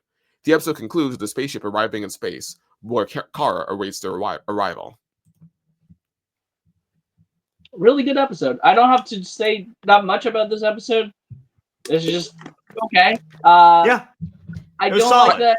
I feel like this episode made me realize that they're kind of running out of Superman villains to use because they're all either like immediately gotten rid of or just almost immediately redeemed or become friends. So it's like, oh, okay. So then, like, who's Superman going to fight in the It's future? also kind of weird in the first place how like they took, Monsieur Mala and the Brain and made them like Superman villains. It's like, again, they're good villains, but they're not Superman villains. Like, you could have taken other Superman villains. From Doom Patrol, I think. Doom Patrol, yeah, Mhm. Doom Patrol. Yeah. And so it is kind of weird. Like Superman has a wealth of villains you can take from, and they keep doing like, that's why. hey, we're gonna have Slade be like a main Superman villain. Mhm. That was weird. I've never understood why Slade was there as well. Like, it was strange. Like, I'm like, okay, why is he here? Like, I don't get it. Like, he doesn't serve that much of a purpose. There's nothing so distinctly Slade about him that you couldn't just put some other Superman villain in there. It's odd, but it is, again, it's kind of like, okay, they're creating this cast of characters and they're turning them into anti-heroes that help. It's a fun episode. But it is just kind of odd, some of these creative decisions of like the why behind them. Yeah, it's like now you're just running out of a rogues gallery from GU. So if you're kind of starting from scratch next season, when we're just getting used to this already rogues gallery, and now they're already like turning good or like being written out of the plot or whatever. So it's but everything is just accelerating the plot. Yes, exactly. Which is again, they don't know when they're going to get new seasons as they kind of do all this. But yeah, that's fine. It's good. It's a fun episode. Yeah. Also, I don't think they are like completely good guys. Like, I mean, yeah, they do fight to save the world at the end, but that's because they're their world like, too. Yeah, I think they're just mischievous, so they're gonna still like steal and stuff like that. Team Rocket. Yeah, it's basically Flash's Team Rocket, or like what's the Flash's rogues were like they're bad guys, but they have a moral code of honor, so like we don't really hate them. Yes. Yeah, that's how it feels like to me. But yeah, good episode. But yeah, it feels like they couldn't really figure out a way to like write them as actual villains. So it's like, okay, we'll just make them likable instead. We'll give them love interest. We'll make them gay. We'll do all this. We'll make them more like it's like kind of like the same logic they're applying to the heroes. We can't really write a super good villain that well, so we're just make them more heroic because we know how to write the heroes really well. Yep. Alrighty. Now for the next episode, the death of Clark Kent. Clark is trapped by Brainiac using a Black Mercy, a Kryptonian device that immerses him in a simulated reality. Within the simulation, Brainiac forces Clark to relieve past battles, including confrontations with Livewire and Ivo, observing that Clark's strength often surges when protecting loved ones. Brainiac deduces that Clark's emotional connections, particularly Lois and Jimmy, are both his greatest strength and vulnerability. Aboard the Amazotech ship, Lois and Jimmy confront Kara about Clark's whereabouts. Kara reveals that she brought Clark to meet her father, Brainiac, believing he could help Clark understand his Kryptonian heritage. Realizing the danger Clark is in, they plan a rescue mission to Kandor, Brainiac's base of operations. Upon reaching Kandor, the team discovers that Brainiac is undergoing maintenance, providing a window of opportunity. Lois and Jimmy set out to find Clark while Kara seeks answers from Brainiac. Before parting, Kara attempts to express her feelings to Jimmy, hinting at a deeper connection between them. Inside the Black Mercy simulation, Brainiac manipulates Clark's memories, presenting scenarios where where those he cares about reject him. The psychological torment weakens Clark's resolve, making him susceptible to Brainiac's control. Despite his efforts, Clark struggles to break free from the simulation script. Kara confronts Brainiac, demanding a truth about his intentions. Brainiac reveals that Kara had previously refused to destroy planets, leading him to manipulate her into compliance. As tensions escalate, Brainiac transfers his consciousness into Clark's body, gaining full control. Lois and Jimmy arrive, attempting to use kryptonite to weaken Brainiac, but its effects also harm Kara. Brainiac ejects them from Kandor, which then disappears. Mala and the Brain rescue the trio, who are let to drift in space, grappling with the loss of Clark. Determined to save Clark, Lois attaches the Black Mercy to herself, hoping to reach him within the simulation and bring him back. All right, yep. That's that episode. This is episode 8, right? Yes. Okay. I continue to love Jimmy plus Kara. Adorable. Spin-off, please. Give it to me now. I understand Clark's emotions and insecurities. I relate to them. I cried in a lot of these scenes. I still think they could have made it a bit more clear in the rest of the season, like in the beginning half of the season, because again, this half of the season is really good and I love it, but it's like it feels like a little bit of setup was missing for me in the first couple of episodes to kind of like explode this a little bit more in like when it comes to his insecurities. But another thing that I thought was interesting is that I think Brainiac should have just shown Clark real moments of Lois's like failing him, sorry. Because we had that a lot in season 1. He should have just shown him moments where she was being a bad partner towards him. I think that would have been so much stronger, like as a writing choice here, because every partner has flaws, and whenever you're in love, you are rose tinted by all the good moments, all the nice words that they say about you. But once you break up, right, which is what Clark's mind is at right now, they broke up.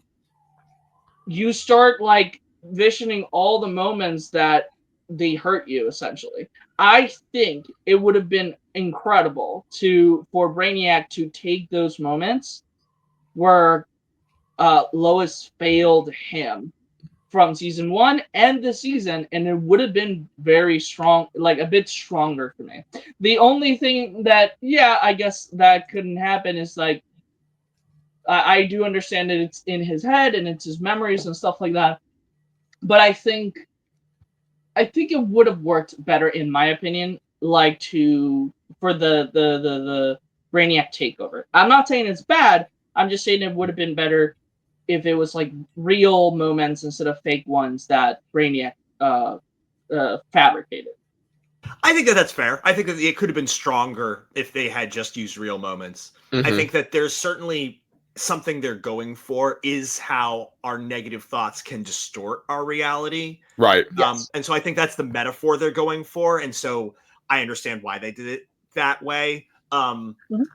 And again, I think, yeah, like you said, these episodes are pretty much like playing it straight. They're not going for a lot of big swings. They're doing like very straight up Superman kind of action, and they're paying off a lot of the things that they may have, stumbled at setting up at the beginning. Again, I think that most of the setup works for me, but I also like that, but I also agree, like they're just knocking down the dominoes that they set up and right now, and so most of it works. I also like this idea of using mind control in this way because it allows mind control to be a part of a character arc rather than just a plot device to like have the villain control the hero. So I like that this. makes sense. So, and I even like the idea of like the Black Mercy being integrated. Again, this is one of those things where it's like, this is perfect way to take something from the comics, use it a different way, but like plug in something that is a really important part of Superman's mythology. And so I like using Black Mercy here in that way. And we can talk more about that in the next episode, but I like that. Yeah. Also, by the way, when Brainiac slams Kara down, it is basically a Yamcha death pose. And that was really funny. Yep. It is. Again, these writers know what they're doing. They're making all the anime references. It's the female writer. What's her name? Because she is the one that really loves like Dragon Ball. Like Josie Campbell. Is that who you're referring to? Yeah. Yes. Like she is the three of the showrunners essentially, and she really likes Dragon Ball. So I think it's really fun to see her add little elements from Dragon Ball here. I love it. It's really good. That makes a lot of sense. Like even like thinking back to like that scene where he like unleashes ice breath for the first time, that's pretty much just like someone shooting a key blast for their mouth, like Nappa did. So like that checks out. But yeah, solid episode, and we can explore more about the Black Mercy in this next one. Pierce the Heavens, Superman, written by Jake Wyatt. Lois Lane, determined to free Clark from Brainiac's control, uses a Black Mercy device to enter a simulated Kryptonian reality where Clark believes he's living his ideal life. In the simulation, Clark is with his parents, Jor-El and Lara, unaware of his true identity. Lois's presence disrupts the simulation, and she attempts multiple times to reach Clark, each time being reset by the system. Eventually, through persistence and expressing her love, Lois helps Clark remember his true self, leading to their escape from the simulation. As Clark and Lois work to escape the simulation, Brainiac launches an attack on Earth, positioning Kandor above Metropolis, demanding Earth's submission to the Kryptonian Empire. Amanda Waller responds by deploying Task Force X and other defenses, but Brainiac's forces prove overwhelming. Kara, grappling with her past actions under Brainiac's influence, is inspired by Jimmy to fight back. She confronts Brainiac, managing to land a significant blow. Free from the Black Mercy, Clark regains consciousness and confronts Brainiac, now donning a new suit symbolizing his renewed resolve. Together with Kara, they battle Brainiac, who has fortified himself with kryptonite shielding to taking control of the Metallos. Despite their combined efforts, Brainiac's power proves formidable, leaving Earth's fate hanging in the balance.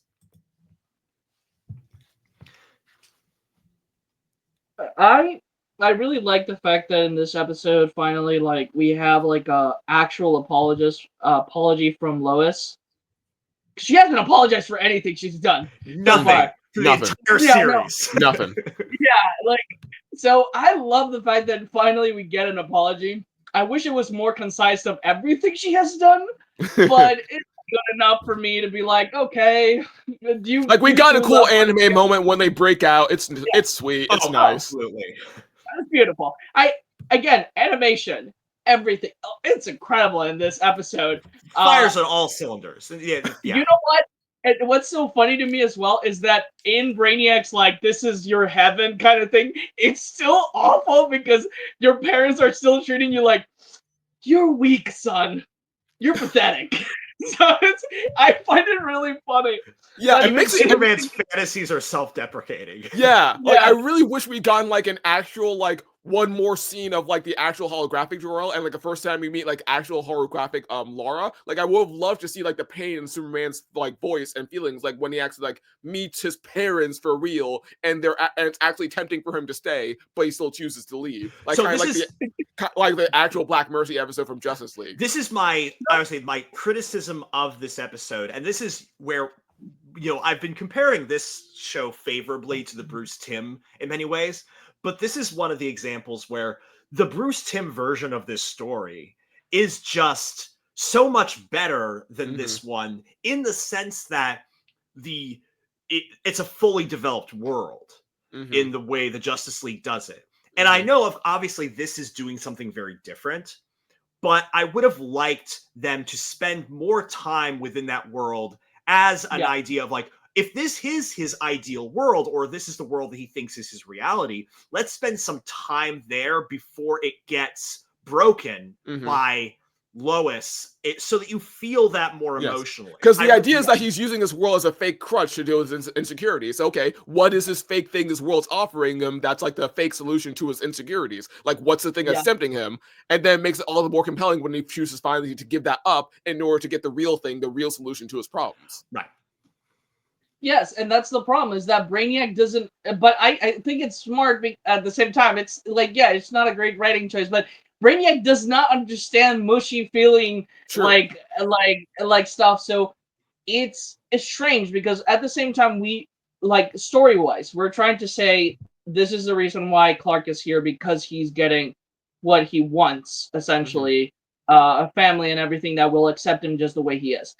But at the same time, we're dealing with writing-wise, where, like, this is a robot character that does not understand feelings and whatever, and it's like, it kind of clashes with the idea that we want to write and the character that exists in the show itself.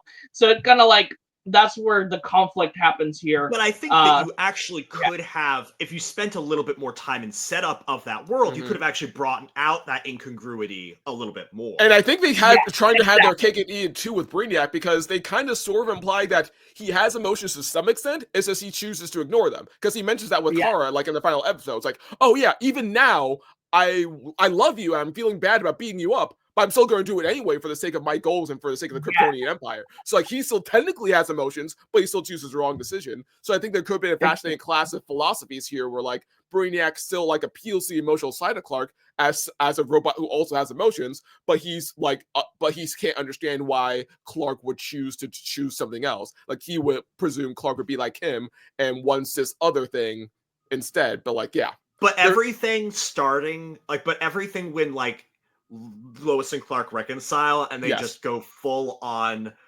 anime to break out, and then Superman gets the new suit, and it's like, that's all just perfection. Beautiful. No notes. Yeah, it's great. I love it. It's really fun. I like it. I think, I'm not sure if I buy Lewis's and Clark's relationship still all the way. I think it, like you mentioned, Joe, it's a starting relationship, and I think it is very driven by this like feeling of love that you have when you meet the first person, and that's like very intense feelings and stuff like that. So for me, it's not very romantic. It's kind of more like very human to me. Like, it's like, if this relationship feels really human, like in a way where I've never seen it before. Like, it doesn't feel rom-com-y to me in this season, at least. In the first one, it was very rom-com, and that's like, maybe that in all the good and bad ways. Yes, in all the good and bad ways. So this season makes the relationship way more like real and feels more human.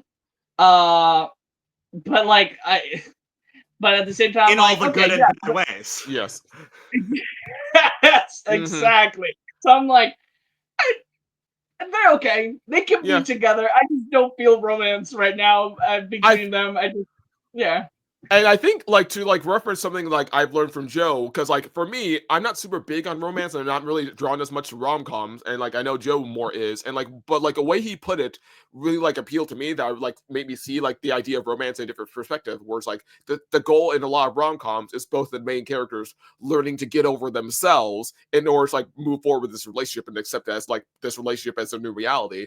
And I do and like with that in mind, I do strongly get the sense that both Lois and Clark are learning to get over themselves and their own loneliness in order to accept one another. It's just like, I think the thing with like compared to this and say other rom-coms is the other rom-coms, you can argue depending on the writing, of course, and in some cases the characters kind of get over themselves a little too easily or too quickly. Whereas I think I think the more realistic human thing is like, it takes a process to get over yourself. It takes a process to learn this. And like, it takes a process like make the progress you want to do, and like get past these self insecurities that have been hounding you for years. So like it's very much like a slobber knocker, drag, like a bare knuckle brawl fest, where like it could be a process. And I get the impression, for me personally, that this is still a process for Clark and Lois. So like they're making progress. They still have a long way to go, and they're better than they were before. But it's still basically like it's like a drag. Not to say the relationship itself is a drag, but just more like they still have got a lot to learn, and I'm not bothered by that as much. But I will say for Raymond's point, sticking up for Raymond here, is I do think the ratio of like happy moments to like moments in conflict, I would like to see it like in the season 3 a little bit more of a ratio of them having happy moments. Because I know plot wise why they didn't have it in this season as much, and because they have so short episodes. But honestly, I would like to see like more episodes like episode 2, where it's like they're going on adventures together, and it's like they're being cute, and they're like having those things like that. Again, conflict to happiness usually needs to be kind of like 70-30. Conflict is 70 and like there's 30, but this has been kind of like 80, 90 to 10% for them in this season. Yes. So I would hope that they do in the 3rd season a little bit more in that regard. And that's my problem, is that for me, it felt very fabricated from where the season ended last time. I don't, because like it felt like a really weird thing of like jumping from that to this. And if it was like, if their relationship was like this from the beginning, I would have, this season would have made a little bit more sense to me. But like you said, it just feels to me like right now I'm in this period, like Nathan said, where I'm like, this feels very real, feels like a real relationship. But like right now, to me, it's like this moment, this big moment that was supposed to make me feel for them doesn't make me feel that much, because I'm like, beautiful. I like the reunion. I like the apology, but I don't feel the chemistry between them right now. I don't feel it. Which is a problem because they are the main leads. They're the central relationship of the show. Right. And I think I feel and I experience more of that than you do. But again, I will say, like, again, we got a lot of those, like, oh, I ship the moments between Kara and Jimmy in this season. And we need a few more of those between Clark and Lois of like, oh my gosh, I ship them. Yep, that makes sense. Let's jump into the last episode. Final episode, My Adventures with Supergirl, written by all 3 showrunners this time, Josie Campbell, Brendan Kloger, and Jake Wyatt. And I wish they would write every episode, because this episode was incredible. Please. Oh my God. Like, write it. You need to write every single episode. I know that that's not how the industry works, but it would be incredible if they just wrote the episodes. Because this was, I was like, okay, this is one of the best endings I've seen in a season of a show. I'm like, this redeemed the entirety of the show for me. I'm like, okay, I don't care about anything that came before. And this is incredible. Okay, go along. My bad. Oh, right. No, that's beautiful. I completely agree. Okay. As Brainiac's assault on Earth intensifies, Superman and Supergirl find themselves overwhelmed. In a pivotal moment, they receive assistance from unexpected allies, Livewire, Heatwave, Steel, and Intergang, now led by Sam Lane. This coalition launches a coordinated attack on Brainiac's forces, providing the Kryptonian cousins a chance to infiltrate his ship. However, Brainiac activates the Eradicator protocol, reasserting control over Kara. He reveals that he's the one who destroyed Krypton and makes Kara fight Clark once more. Clark, refusing to harm his cousin, appeals to Kara's humanity and their shared experiences. His unwavering love and the memories they forge, along with the support from Lois and Jimmy, enable Kara to break free from Brainiac's control. Together, they devise a plan to neutralize the threat, piloting Kandor's ship into the sun to Brainiac's core. During this mission, Kara is seemingly lost to the sun's depths. However, the sun revitalizes her, revealing it as a source of immense power. Emerging with a new suit mirroring Superman's, Kara aids in the destruction of Kandor and confronts Brainiac, ultimately defeating him. The battle leaves her with a scar, symbolizing her transformation and commitment to heroism. Following the victory, Kara awakens in the Kent family farm, introduced to Jonathan and Martha Kent by Clark. Embracing her new life, she joins the celebratory barbecue with Lois, Jimmy, Sam Lane, and the Daily Planet staff. Kara assists Jimmy, Mansoor Malla, and the Brain in rebuilding Cadmus's labs, and grants her first interview to Vicky Vale, officially adopting a moniker, Supergirl. The episode concludes with Kara and Clark standing united, ready to face whatever challenges lie ahead, reaffirming their dedication to protecting Metropolis alongside Lois and Jimmy. Aw. All the warm, fuzzy feelings in this episode. Absolutely loved it. I cried. I was crying. It was beautiful. Love the Supergirl. Love the Superman new suit. Love the Supergirl new suit. Incredible suits. Like in animated shows, Superman's suit has never been like it's just been normal. Like it's just like a normal Superman suit. I like giving the super suits textures and stuff like that. I like that. I like the MCU-ness of it. I like the DCU. The DCU also did it. I know that a lot of people complain about that. A lot of comic book nerds complain about it, but I kind of like it. I like giving texture to these suits because I'm bored of seeing the same suit all the time. So like, it's great. I love these suits. They're so cool. I love how it still kind of feels like a suit of armor almost to go with like the whole Yes. like Spartan past they have. So like the pointy shoulder pads and stuff like that. It's like, oh yeah, that's interesting little detail that still like adds to the sci-fi-ness, but still doesn't take away from like the traditional Superman design. Well, you see, the thing is, for me, I like this is my favorite version of the sort of more suit of armor suit because for me, it was always very important that Ma Kent made his suit, and then it felt kind of homey and homespun. I thought that was very emotionally and thematically resonant for me. And so I like the explanation of here of like, okay, that's his original suit, and this is sort of an updated version of it based on his experience with Krypton and facing down a threat. It feels like a promotion, an upgrade, but not a retcon of his history in that way. I also like how Kara's is like similar, but like still has some distinct details that like small details I really appreciate. Like I like how her cape is basically like a scarf at the same time, which I thought was a neat detail. Yes! Whereas Clark's is still like on his shoulders, but hers it wraps around her neck. It's like, oh yeah, that's neat. And it feels almost anime-esque. Like she almost is like a ninja in that sense. I like it. I love it. I think so. Like if I'm not mistaken, season 1, the mom made the suit, right? Like. That was a thing? I believe so. And it's been a while. It's been a while since I've watched season 1. It's been a while, but I think the mom made the suit, and then he got an update to the suit. And then this is like the third update to the suit. So it's so good. And I like what you mentioned, Joe, is great because I love the fact that then Kara also takes that, right? That's like, she's like, I want to be like my cousin, essentially, in the same way of like being heroic. So I'm gonna adopt those colors as well. Because in Krypton, it seems like very white, very black. Like everything's either white or black. So having the colors, it's kind of like this representation of her leaving her past and becoming more of this hopeful figure. And again, love like if you guys have watched the trailer for James Gunn Superman, I love the fact that it's like he wears the suit like for children to feel safe because he's so powerful and like because he's really colorful. So it's like children feel safe with him. So like I like that's symbol of hope in the colors and stuff like that, and explaining it. It's always so fun to me because it's like it's not saying it's stupid for superheroes to wear suits.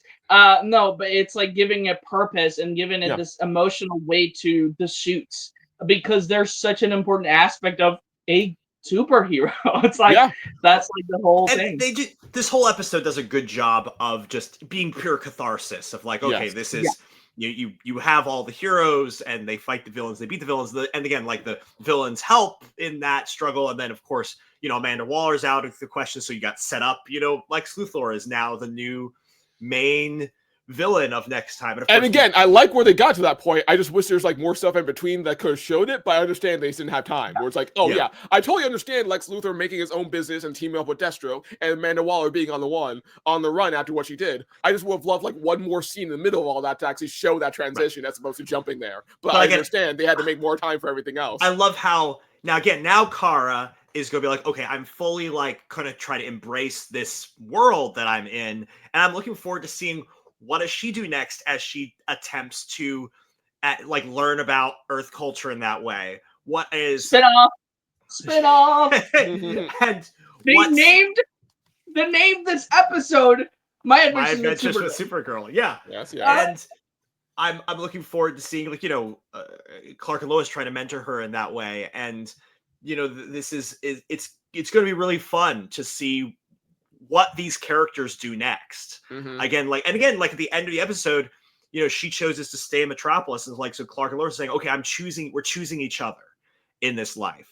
And that's a really fun to see where they're going to go next with all of that. And talking about emotional catharsis, I really love the climax because, the climax just felt so fun, felt so powerful. Like them just holding hands as they blitz Brainiac, and then Kara gets her final clash with Brainiac. It's oh man, this is paying off so much. This is all the emotional catharsis we see, not just in their outfits changing, but also in their actions. It just feels so animated, in all the great ways. And the season 1 climax is also good, but and also has emotional catharsis, but it's more just about Superman stopping his ship and then just being sent home via a pod, very reminiscent of the Superman story, but nothing big happens in that regard. This felt a lot bigger, and I love how the season 2 just escalates things. Yes. It's so beautiful. And guys, what really got me, that I was Superman doesn't have to hold back anymore when he's playing catch. And it was so beautiful. I know. No, this show really does know how to balance the sci-fi elements while grounding them in these normal human experiences. Which again, we're doing this episode in the context of the fact that the James Gunn Superman is on the horizon, and we've had 2 trailers, a teaser and a trailer now for it. And one of the things we're seeing, and we've alluded to this before, is this aspect of embracing the big, the colorful, the beautiful aspects of Superman's mythology now for kind of the first time in the live action realm, which is representative of the fact that superhero movies have been such a part of our culture for so long now that we're just embracing superhero logic as normative for us. Again, one of the biggest representatives of that was the fact that in Deadpool and Wolverine, we had Wolverine in his superhero suit for the first time in the movies, which again, it was you had to do the black leather because it's the superhero costumes were a little bit embarrassed by them. And that kept being true just again, up until last year, where it's no, we can embrace the supposedly sillier aspects of this. And now we have Superman and Krypto and all these things. And so just bring it back to the show. The idea is that, for the first time, I'm seeing people able to say the more cartoonish and sci-fi aspects of Superman, we can embrace those while balancing them with what is this about our humanity. So it's Superman and Supergirl getting to play catch with each other. That's a perfect representative of that whole phenomenon. And it's just a reason why this show is so good. Yeah. Yes. Yeah, I have to agree. It's so beautiful. And I think that, what you said of, finally seeing that, I think it was Deadpool, that started that trend of just, hey, embrace the superhero suit. Because, before Deadpool, we did have the MCU movies, but they still seem to not want to go all the way with there's often a recurring joke in a lot of MCU movies where you see a reference to the original costume and the character's oh, that's too weird, I'm never gonna wear that. With Hawkeye, example, Hawkeye, he doesn't have the mask, he has his ultimate line version of the suit.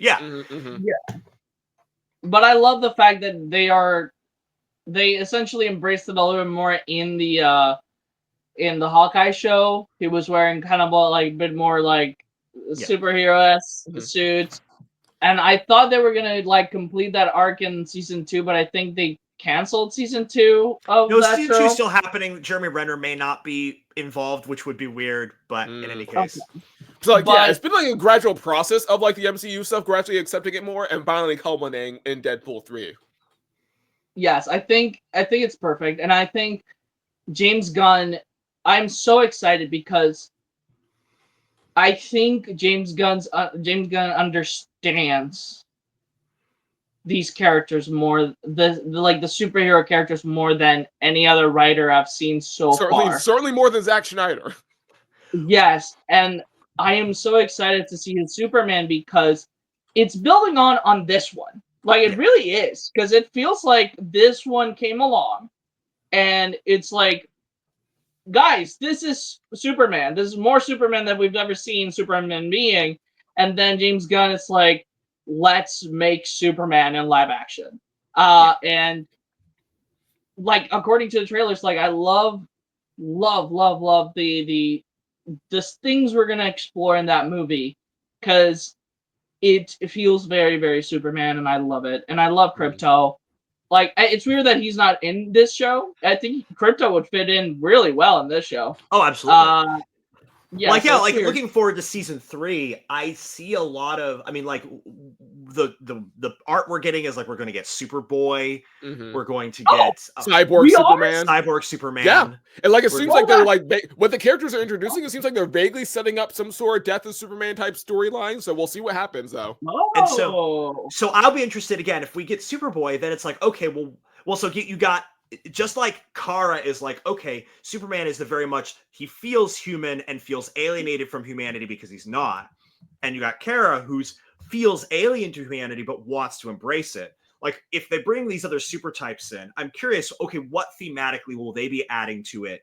And I'm excited. Again, like, Cyborg Superman is obviously like the person who's not a super person, but he's almost parodying what he thinks a Superman is, which is really interesting. I'll be curious to see what they do with Superboy to kind of develop these ideas. Does he look more like the Superboy from the original? It's the 90s one. Like... It's from the return of Return of Superman. So he's got like a jacket and everything and the sunglasses. Yeah, I really hope that they do his character of being like this very douchebaggy character that needs to learn how to be like a nicer Superman. And I'm hoping that again next season, in a sense, is Lex Luthor's season, where it's like, again, he clones Superman to create Superboy. He's developing these kind of things, and so it becomes that arc would be what I would be excited to see, along with, as we kind of said, developing Lois and Clark's relationship a bit more, so we see more of the I ship them moments. For this, and potentially becoming mentors to other characters in the show, helping them along in their journeys. I'd like to see that. And just being completely serious, I would love to see a Supergirl spinoff. Like, actually, like I know, like I was like joking about it, but I think it would be incredible, and it would expand on the universe, and it would not, like, since we are adding more characters, it would like kind of like make us focus a little bit more on Lois and Clark's relationship, and just have Jimmy and Supergirl fly into the sunset, because man, I rather watch a romance story between them than any other character in this show. But these guys are going to be busy, because apparently they're doing My Adventures with Green Lantern as well. Yes. About Jessica Drew. Yes. Wow. Okay. Yeah. That's weird. Yeah. Okay. Didn't see it coming, but I won't say no. Like, it's been a while since we had a Green Lantern animated series. I'm more surprised because they always gave me the vibe that I feel like they would have done a Wonder Woman show pretty well. But if they want to do a Green Lantern show, by all means, go for it. If anything, Kara could show up in that. It's so weird because I think like their writing for Supergirl is so perfect. They should have just gone around and just made her show. I wouldn't be surprised if she shows up as a recurring character in that show, and then maybe that sets up for more in the future. But it's true. Again, I like Supergirl and Jimmy in the Superman show, and I would like to continue to see them there. So I'm kind of fine with them staying there. But you're right.